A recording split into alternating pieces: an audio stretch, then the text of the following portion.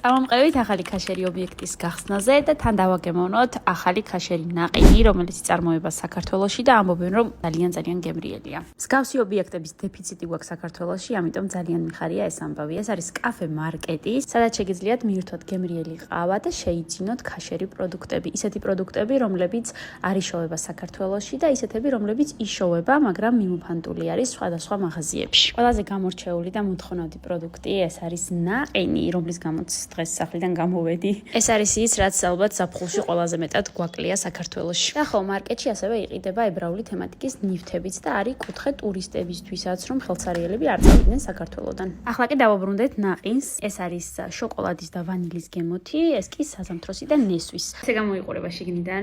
მე ზოგადად უფრო ვანილის და შოკოლადის მოყვარული ვარ, ესეთი რაღაცები არ მიყვარს, მაგრამ ვნახოთ. ძალიან გემრიელია. საზამთროს გემო რა გითხრათ, მაგრამ აი ნესვის გემო იგრძნობა. ძალიან კაია. რომელი მოგეწონა? ეგ.